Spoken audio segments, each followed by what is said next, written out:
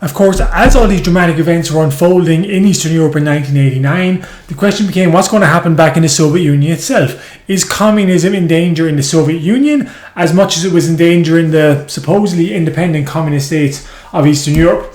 As communism began to fall in Eastern Europe, Mikhail Gorbachev believed that more needs to be done, more reforms need to be introduced in order to preserve communism. So his initial instinct was to not so much to try and crack down on reforms as to try and push further reforms in Russia to ensure what had happened in places like East Germany, Romania, Poland and Hungary did not happen in Russia or the Soviet Union itself. So what did these reforms include? One of them was in 1990, he permitted the Soviet state formally allowed people to openly worship religion again. As I mentioned earlier on, communism is essentially anti-religion as a political ideology. So religious ceremonies had been repressed throughout the history of the Soviet Union. Gorbachev reverses course and allows people to worship publicly for the first time in decades. He also creates a new political office, the office of President of the Soviet Union, that is elected by the Congress of People's Deputies, that is the parliament that was created in 1989. And he wins the first election in 1990. That might sound like a small thing, but really why that was significant was that traditionally the head of the Soviet Union was the head of the Communist Party in Russia. And so by creating this new office that is elected, albeit indirectly, by the Council, or sorry, the Congress of People's Deputies, we're moving towards something more akin to popular sovereignty as opposed to the traditional Communist Party entire control of the Soviet Union.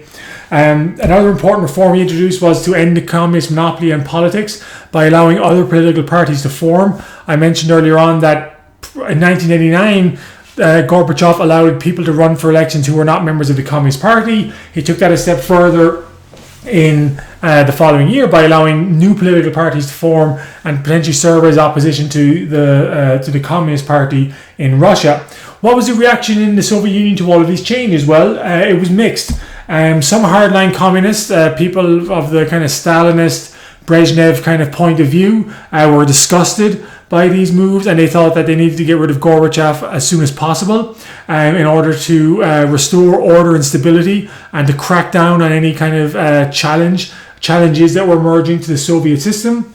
But then there were other people, and one of the most famous examples was a guy called Boris Yeltsin, who was well known as an honest administrator in the Communist Party in Moscow, who had worked his way up to become the head of the Soviet Council in Russia. And he argued that Gorbachev was not doing enough to reform quickly. I mean, Yeltsin had basically concluded by 1990 that the Soviet Union was done, that communism was finished in Russia and the other Soviet republics, and that therefore they needed to accelerate towards a more democratic, open system.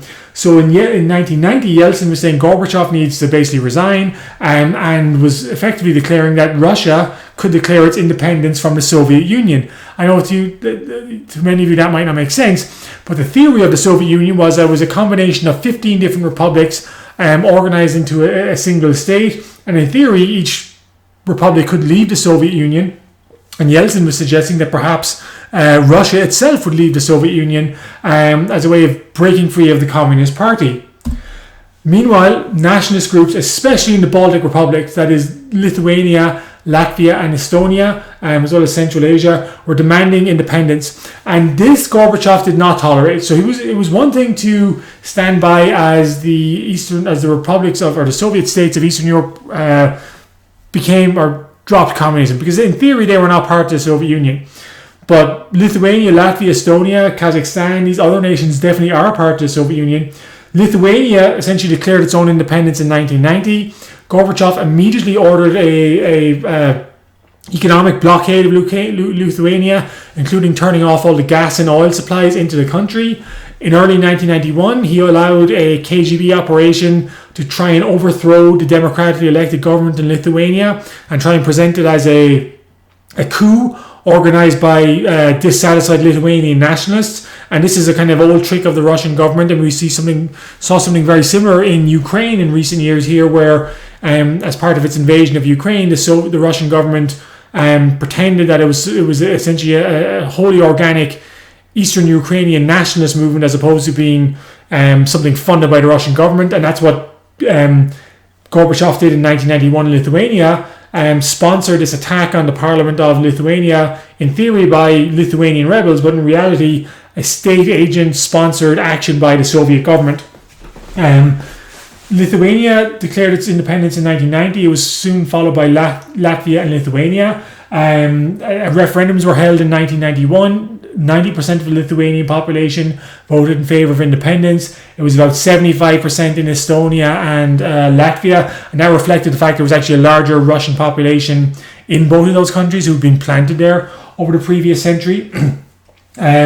So Gorbachev, on the one hand, he wants to introduce further reforms to keep hold of, preserve communism, but also he wants to ensure that republics like Lithuania and Estonia don't simply break away from the Soviet Union itself. He wants the Soviet Union to remain in existence as constituting of 15 different republics.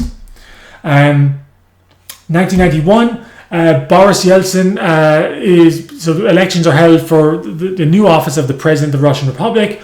Boris Yeltsin, who I already mentioned, was already committed to breaking up the Soviet Union, becomes president and continues to say that Russia is going to leave the Soviet Union itself. It's going to separate from the USSR. This was a source of enormous concern to those communist hardliners who did not want power to break up. And so in early 1991, they stage a coup.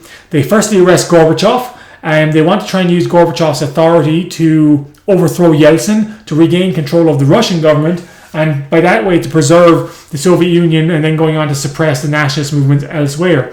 So Gorbachev is arrested, and Gorbachev himself by this stage had become more open to Yeltsin's proposed reforms.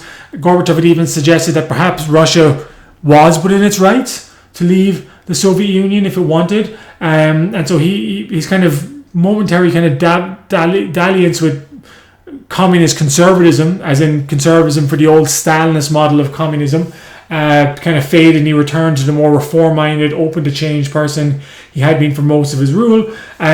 So after Gorbachev is arrested, Yeltsin basically takes to the streets in Moscow, stands on a tank, asks for the people of Russia to resist this effort to capture Gorbachev and to overthrow his rule and essentially install a military coup in the Soviet Union.